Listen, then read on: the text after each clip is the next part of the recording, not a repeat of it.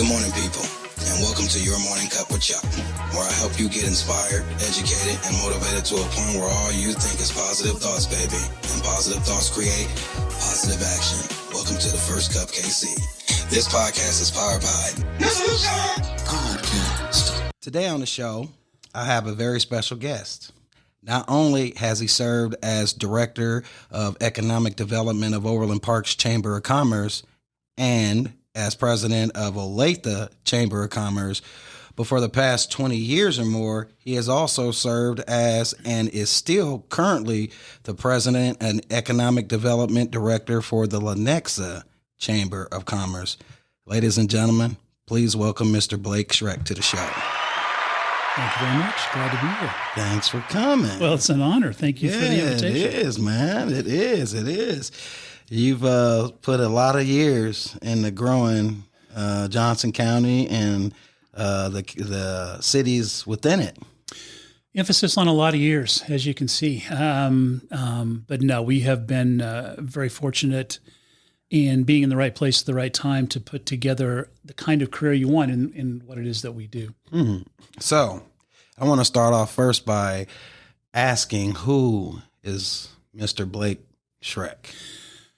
Oh, let's see. I was born and raised in Wichita, Kansas. Grew up there in Wichita, went off to college, played some ball, and kind of got involved in a number of different things. But the common thread kind of comes back to athletics for a long time. Came back to Wichita, worked in sports. Back, a lot of people might remember in the 80s, the Major Indoor Soccer League, when it was a big deal, and the Kansas City Comets, who are still going, but when they played down at Kemper, and I was with the Wichita Wings and worked in their front office and did radio broadcasts and did a lot of broadcasting and TV work. And then, like I say, life has kind of led me here. Been working now since the late 80s in economic development and with the Chamber of Commerce with most of the cities. As you mentioned, most of the time in Johnson County. When I spent about 10 years as the Director of Economic Development at Overland Park. Went down to Joplin and ran the Chamber of Commerce in Joplin for a few years. Back to Overland Park, then to Olathe. Ran that chamber, was the CEO over there for a few years, and for the last 22 years, which is amazing to think about. Yeah. Been in Lenexa, so that's going on 35, better part of 4 decades doing that kind of stuff. So.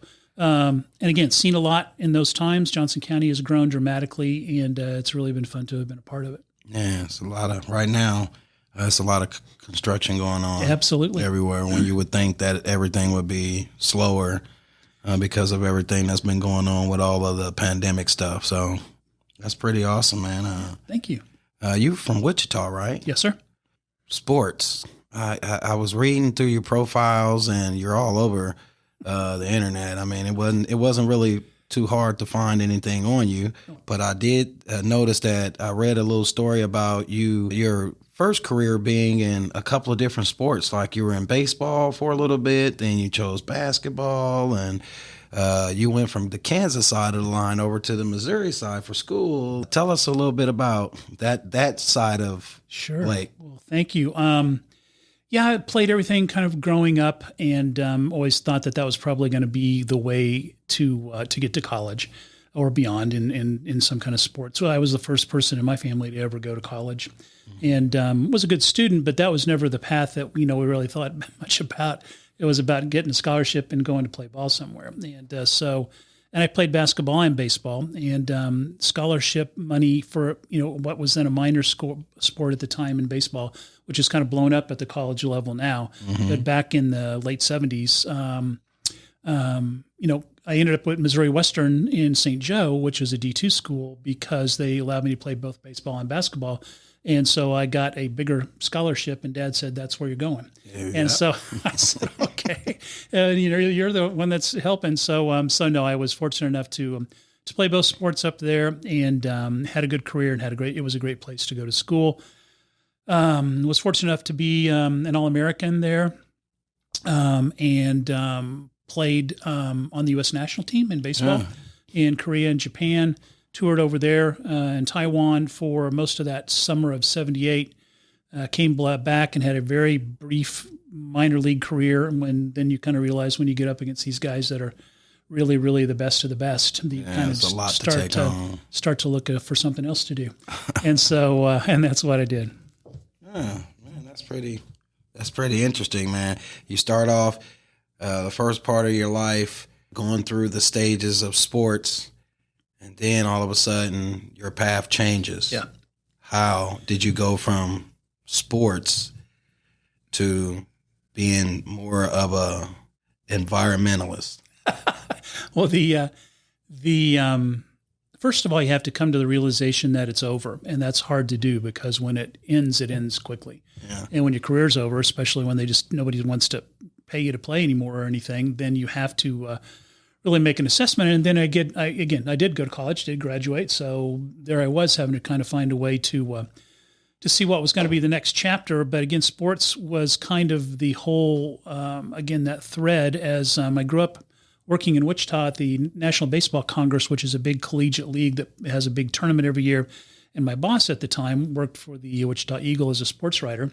He then went on to Pizza Hut, which was in the headquarters in Pizza Hut was in Wichita at the time, and was in their corporate communications group. And then he became the general manager of this whole brand new sport of indoor soccer that was coming to Wichita, Kansas. And so when I was coming back about that same time, he was the general manager, and long story short, he put me to work. My degree was in marketing, and nobody knew in 1981 what soccer was, so we could kind of start with a fresh slate. And it was really the wild, wild west of being as creative as you possibly could with marketing and with pregame stuff and all the fireworks and all of the production stuff that you see now in the NBA and everything else. None of that was going on until the Major Indoor Soccer League came along and started shooting off fireworks and having songs and everybody coming out. And you remember the Comets and all this stuff. So a lot of those things that we kind of pioneered became the norm. And so we got to be, we got to have about a 5-year period there when I was with the Wings where I had to learn how to sell advertising. I had to learn how to write copy. I had to learn how to be on the air because, as I mentioned, I was did some broadcasting and was actually the color commentator for years on the radio broadcasts, and so you had to learn a bunch of different skills about a bunch of 20-year-old folks in the front office, and he just set us free. And that was the most valuable time from a career standpoint in my life. Again, had to learn to write, had to learn to be in front of people, had to learn to be on the air, had to learn how to present yourself, and had to learn how to be creative. And so that was a great run there. And it was really really kind of transformational for me to realize that I could do that. And especially being younger at the time, because that was when we were still 23, 24, 25 years old.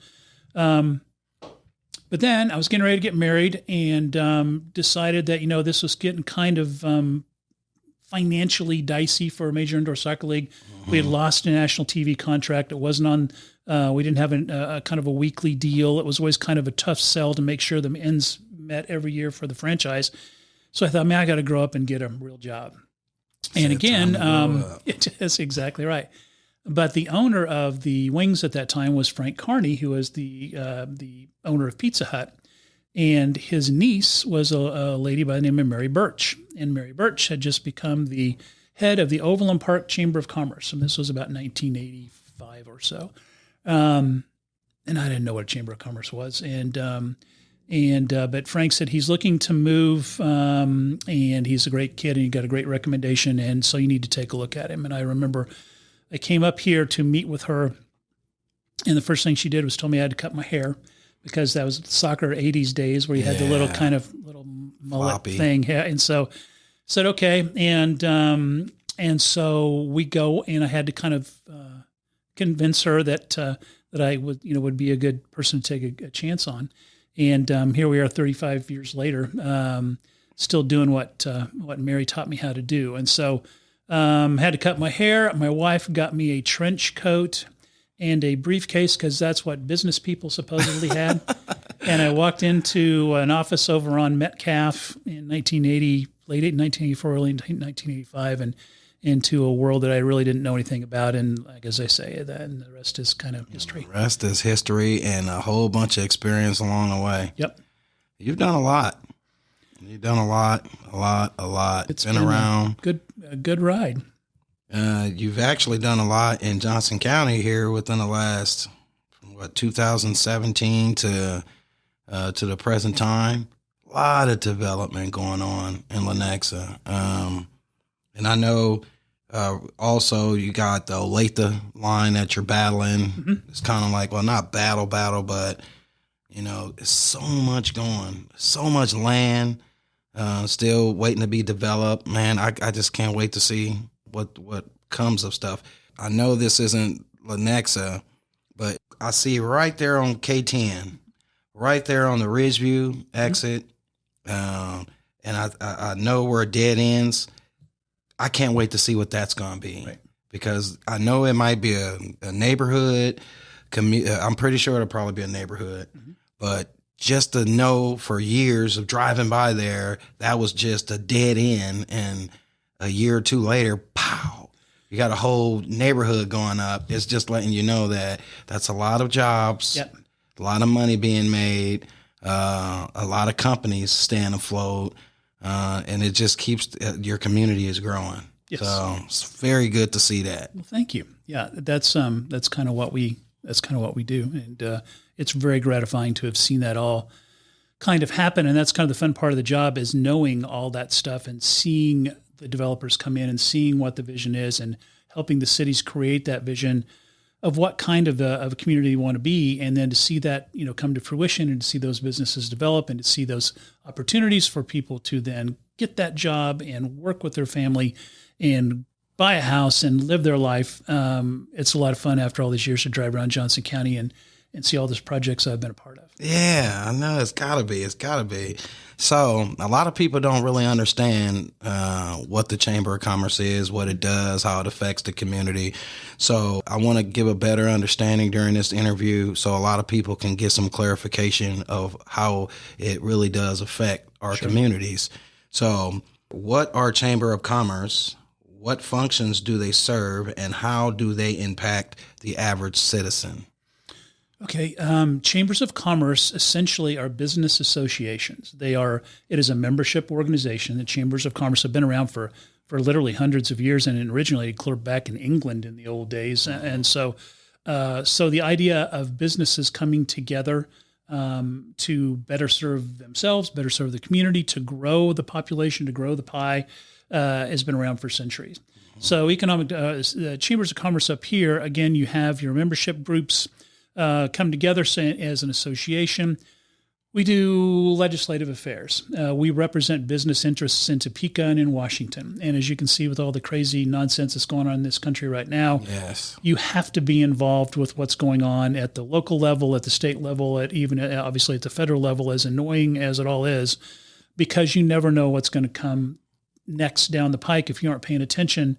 That could really impact your business and your life. Yes. And so we try to advocate for businesses on the legislative affairs, and that's something that really the best Chambers of Commerce do. They make sure that their members are plugged in, and we give them information. We make sure they get to interact with their elected officials. So legislative affairs is a big part of what we do. We and most of the chambers around here do Convention and Visitors Bureau work too. A lot of the chambers are funded by, and we have multiple chambers in Johnson County and the Kansas City region. We have some really high-end, well-run, professionally run chambers all over the area. And so we got a lot of good, sharp folks working for the Kansas City region. And again, another kind of economic development is bringing tourist dollars into town and filling the hotels and bringing conferences. And of course, that last couple of years has been pretty challenging. But getting folks into town and leaving their money behind as they go off and go back home. Right. And so we do a lot of Convention and Visitors Bureau work. The big thing that people join Chambers of Commerce for is that networking opportunity, and is the ability to interact with other business people, to develop relationships that they can use to further everybody's business, and again to kind of make sure that there's a synergy there that goes on. So a huge part of what we do is networking opportunities. We have morning coffees, we have after hours, we have luncheons, we have informational stuff. So we kind of work to make sure that everybody has a chance to interact in the community. And again, all Chambers of Commerce across the country, that's kind of a huge function that they serve. And finally, the big thing that I do and the thing that I'm in charge of is economic development. And what is economic development? Economic development basically is helping the communities grow and develop. And in Johnson County, as I said, for the 30-some years I've been here, you can see that growth and development has moved kind of down south and west.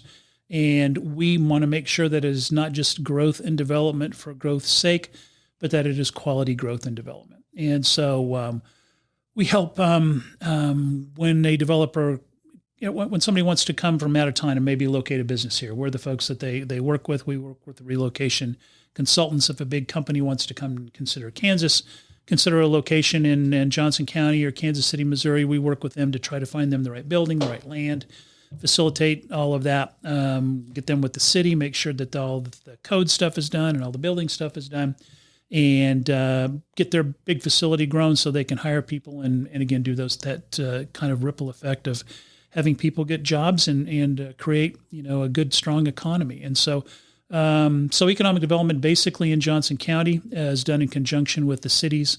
We are actually a partner of the city, and they fund the economic development aspect of what we do so that I can be out there kind of hustling and being the point person for the city to try to bring business here and try to grow business here.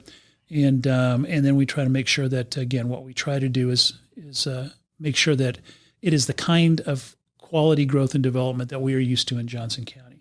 That's one of my next questions I was going to ask was, so you're talking economic growth. Does this growth just happen?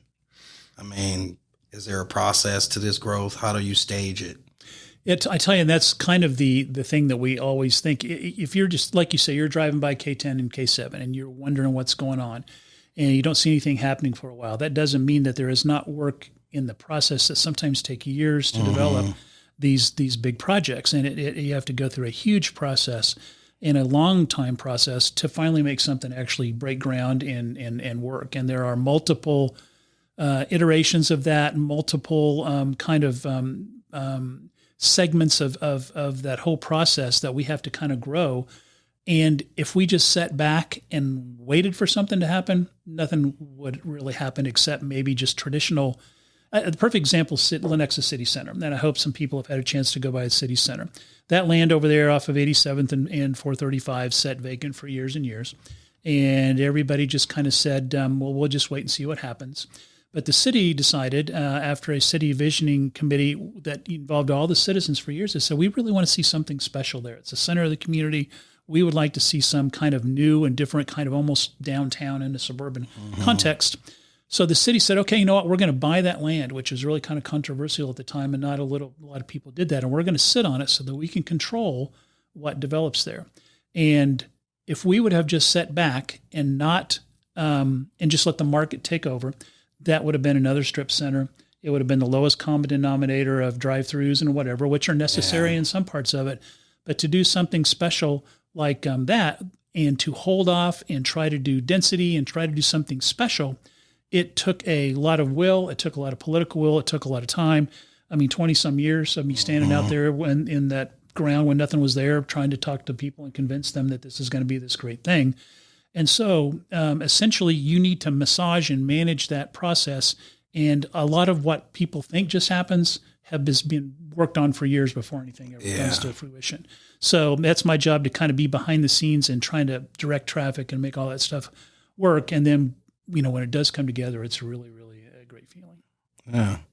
And that's why the gold shovel comes into play. That's right. That's right. Because all the hard stuff. Yeah. All that paper and pen pushing, and you finally get to turn the dirt. A lot of talking, a lot of convincing, a lot of selling. And so the best thing you can do is get to the point where your community sells itself. And we've kind of gotten to that point where we have created such a product that it is attractive to a lot of development folks. And we want to maintain, that quality of life that we sell, and talk about our education system, and talk about, good, safe neighborhoods, and talk about safe and convenient transportation, and then do something that's quality. And that's been kind of the brand really of Johnson County since I've been here. Yeah. And speaking of Johnson County, being in Kansas, in the Kansas City metro area, which connects us to Missouri and Kansas City, Missouri. How do cities and development agencies operate in a large 2-state region? Do they compete or cooperate or both? Well, that's a great question. As we all know very well, Kansas City is a unique animal, Yes. especially that anybody from outside the area doesn't understand the whole state line thing, Kansas and Missouri and Kansas City, Kansas, Kansas City, Missouri. What's Johnson County? Where's all this and how's that work? We have a great, in fact, it was recognized as the best agency in the country from an economic development standpoint, from the regional view, and that is the Kansas City Area Development Council, Kcadc. They do a wonderful job of kind of doing what I do on a national level for the region, going out and essentially marketing the region. And the key to their success and the key to our success as a region has been that we don't talk about Kansas or Missouri when we go on our consultant trips or when we have somebody in. We just talk about Kansas City. And once we get them here, we tell them, now you may not know this, but you have 2 different flavors kind of that you can choose from. And you've got kind of an urban core and a lot of the great things that are going on down there. You've got a suburban product. You've got a labor shed that you can draw from the whole region. So it doesn't matter if they're coming from Kansas or Missouri. And we found that has been a real strength for us to sell the region, from an external standpoint, marketing, to get them here and to get them to believe in Kansas City as they call it Big KC. And so we market Big KC, and everybody's a real good sport about doing that, whether you're a Missouri ED person or a Kansas ED person. Then it gets a little more competitive as you drill down, and they have to decide, okay, am I going to locate in Kansas or am I going to locate in Missouri? Yeah. And then we had years of this border war stuff, and I was the lead negotiator on trying to get together with the Kansas and the Missouri folks to get us to quit trying to do this incentive kind of one-upsmanship that was going on for a long time. And that took years and years because it's just kind of ingrained in you. And even though we are smashed together as in one region, the kind of the cultural and procedural differences in Kansas City, Missouri are so different than they are in Johnson County. Topeka's different than Jeff City. And it's really amazing that we can sometimes get anything done at all. Yeah. And so it got competitive, and for many years it was, and everybody was trying to outbid each other for this project or that project, but we've kind of settled that down now a little bit. And what has really happened is the development of downtown Kansas City. For a lot of years that was really just kind of a ghost town. But once the Sprint Center got built and things started happening down there, that is what made us kind of take a step up as a region. And because you need a world-class urban core and world-class suburbs to be a world-class community. And so that has really helped kind of put Kansas City on the map. Right. That's good, man. So what's going on in the region? I mean, I know Kansas City is in there.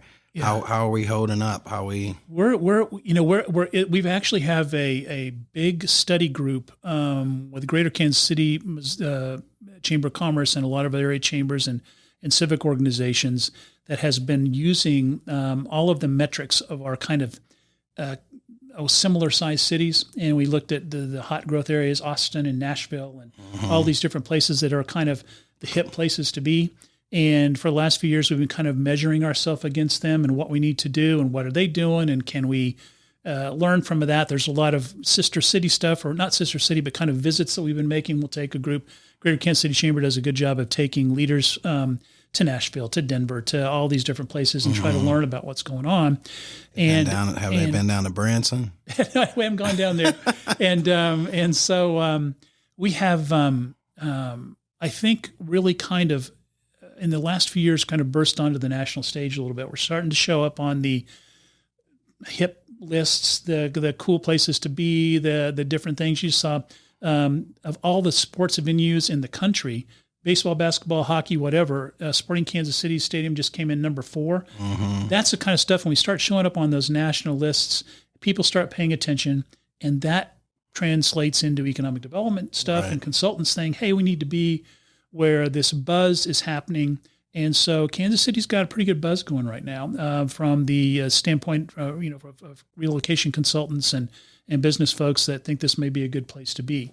And the main thing that we have to do now is continue to recruit the talent to come here, because that's what makes all of this go, is make sure that we got more the good, especially the young folks with the technical skills that can travel, that can go anywhere in the country, make sure they stay here in Kansas City and help those companies that we bring here. Dang.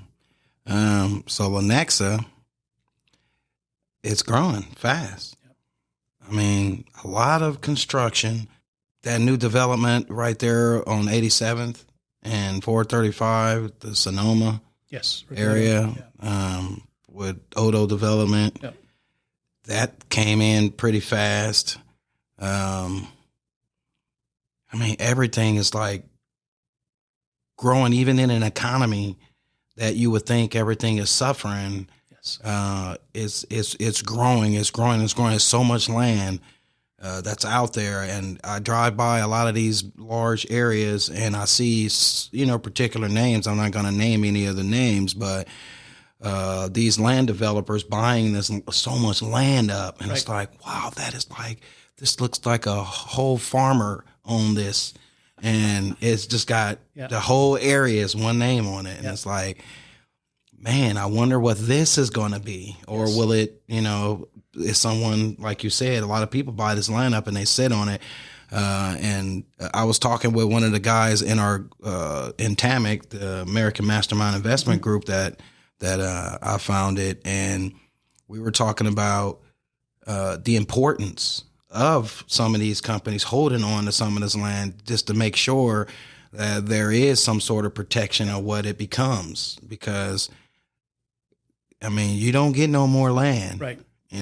Once it's taken, that's it. So it is experiencing a lot of growth. What is happening now in the community, and what does the future look like for Lenexa? Well, as you mentioned, we've been very successful, and we have had, I think, almost 5 years in a row of almost $500 million a year in new construction. So essentially, we've got a couple of $1 billion worth of stuff going on in a community of 60,000 people, and so we're very fortunate in that regard. But as I said before, it took 20 years to get to the point where that product was attractive enough.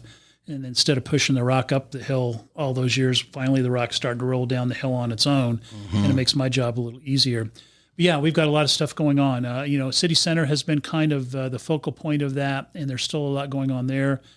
Right now, the big thing, if you drive by there and see giant 3-story piles of rock out there on the what would be the northwest corner, that's where the Advent Health Campus is going to go, Wellness Campus. And it's going to be anchored by a new 250-bed hospital and 11 other buildings. And the whole idea is it's kind of a mixed-use project that has a wellness feeling, whether it's residential or retail or office, is going to be health-related. Right. And that's probably by now $1 billion project on its own. And so that's going to continue to fuel the growth that we are going to see in City Center with some of the new business centers that are still there, and there's still plenty to fill in there. A lot of Ken Block is doing a lot of things out along College Boulevard. There's several million square feet of logistics space. Yeah, right there across the street from the chamber. Yep. What are they doing right there? They're basically just right now the hottest thing, especially during the pandemic, was when everybody went online and everybody wants to have everything shipped. Logistics and that type of space is really hot. And so Ken saw that, and the Block Real Estate Services is doing that. So that's been going on. There's millions of square foot under construction there. Lots of infill stuff. It has been, as we said, we did very well in Lenexa, and really the region did pretty well as well during the pandemic, which was a little surprising because we didn't know what to expect. But no, so far so good. And you guys bringing any new attractions? No, I don't think the attractions. There are those kind of products out there that do these kind of tricked up type of things that used to be destination retail that you used to get to do star bonds when we did that kind of stuff. I don't know that that's really our brand. I think more is a little more organic stuff. In City Center and kind of letting that grow around. The big issue we're facing right now is what is office going to look like after the pandemic? Are people going to come back, and is traditional office going to be like it was? What's it gonna, is it gonna be the same amount of space but less people? What are you gonna do with these air conditioning systems and all these different things? And that has slowed office development to a standstill, which was a big part of what we were doing. And what that has done, conversely, is make all the developers that are holding office space a little nervous. So they're coming to the city with multifamily requests to do more apartments or do whatever, and that's putting a little pressure on the city council, because we really want to, we want to hold that land for what we had originally envisioned from a coding standpoint and a zoning standpoint, to make sure that we have a good mix. And that's one of the things our city staff does so well, is put together a master plan. And in fact, they're going through a comprehensive plan process right now with the citizens to make sure, as we grow out that last third out past K7 and we finish out the last landlocked bit that we have in Lenexa, what do we want to look like? It isn't just willy-nilly growth. It is planned, and the developers have to work within, how that's zoned. All right. And so the city's, kind of working with the citizen right now to see what that last, next 10 years or so is going to be as we continue to finish out west. And there's always a little bit of ebb and flow with the new residential that wants to be out there, and the people love being close to retail and stuff, but not too close, because they don't want it in their backyard, which we all know. Those lights. So we have to kind of fuss a little bit with sometimes about trying to find the right balance between the amenities that they want close by, but for them not thinking it's too close. And so that's kind of a continual battle back and forth to see, what the neighbors want. But residential growth remains strong. And very much like the rest of Johnson County has done very well in Kansas City, but we've been especially lucky in Lenexa because we've been really kind of killing it for a while. Yeah, you have been killing it. You have been killing it. This is one of the questions that it's like, you guys are right next to another county, and this county is trying to. They have their own, and I know you've worked in all the chambers, so you know the way the thinking machine is in each one of the chambers. How do you guys come to terms with, it's like, for instance, Olathe might want a residential area. Right. And right across the street from that, Lenexa might want a commercial area. Right. And it might be damaging to Olathe, or it might be damaging to, how do you guys work that? Do you send in the pretty girl with the smile, or? And those are real issues that have happened. We did along College Boulevard when Ken Block was putting some of that logistics stuff in. That is right where the Olathe line is between Olathe and Lenexa. And there is a residential area over to the side. And so we have to make a decision that is best for our community. And Olathe didn't like it, but for the most part, the cities actually do a pretty good job of getting together and working out those deals. From an economic development standpoint and competing for projects and stuff, it's really kind of everybody knows everybody. It's Tim Mckee is the president of the Olathe Chamber. I brought Tim Mckee from Overland Park to come with me when I went to run the Olathe Chamber, and he stayed behind. So I've known Tim and his family for 30 years. Yeah. Ann Smith Tate used to work in works in Shawnee now as their chamber exec, was in Overland Park doing stuff, and then in Independence. And so everybody kind of knows everybody, and we do work together. We just had a big project in last week that is looking to do 1.2 million square feet, and they're looking at several locations. And Greg Kendall from Kansas City, Kansas, and Ann from Shawnee and I did a joint presentation to try to show everybody that we're all kind of in this together. Yeah. There's a little difference between our communities, but when we're talking about your labor force and all the different things we can offer, we're literally across the street from each other. Yeah. So we're not going to try to put each other down or pitch against each other. We're saying if you look at us as kind of a total package, it's pretty impressive. So we've kind of naturally worked together on some of these big projects, and you always root for the fact that you root for to come to your community. But frankly, there has been so much success in a lot of these communities, and the pie's been big enough for everybody. And I kind of tell everybody, everybody's going to get their deals, and it's all going to work out, and we're all going to make our city councils proud. And so thankfully it's worked out pretty well that all the communities are experiencing, quality growth and development. So it seems to work. That's awesome, man. That's awesome. So you've been doing this for a long time. I mean, you've been in so many different chambers. You've groomed many, many, many people, and you've helped the county of Johnson grow. You and a lot of other people, but you have watched the county grow. Why? Why do you do it? Oh, I tell you, again, it was a grown-up job to start, to take care of the family. But it became a career, and there's not a lot of folks sometimes that can really have a career. I mean, there was a lot of continuing education they had to go through. There's a Chamber Institute that takes 6 years. It took me 10 years to get a certified economic development degree. I mean, there's a lot of different things that now I look back and take great pride in the profession that we kind of created or that has been there before as a Chamber of Commerce exec or as an economic development professional. And so then you start to get a little pride in what you've done, and you start to been fortunate enough to have some success. And like I say, I was just talking to some young economic development people trying to, what does it take to be a good ED person? You have to have a good community. I mean, you have to have a product to sell. Even the best salesperson can't sell a bad product. So make sure you're trying to be in the right community and do the right things and work hard, and you'll be successful. So I've been able to kind of, speak to a lot of groups and do a lot of things.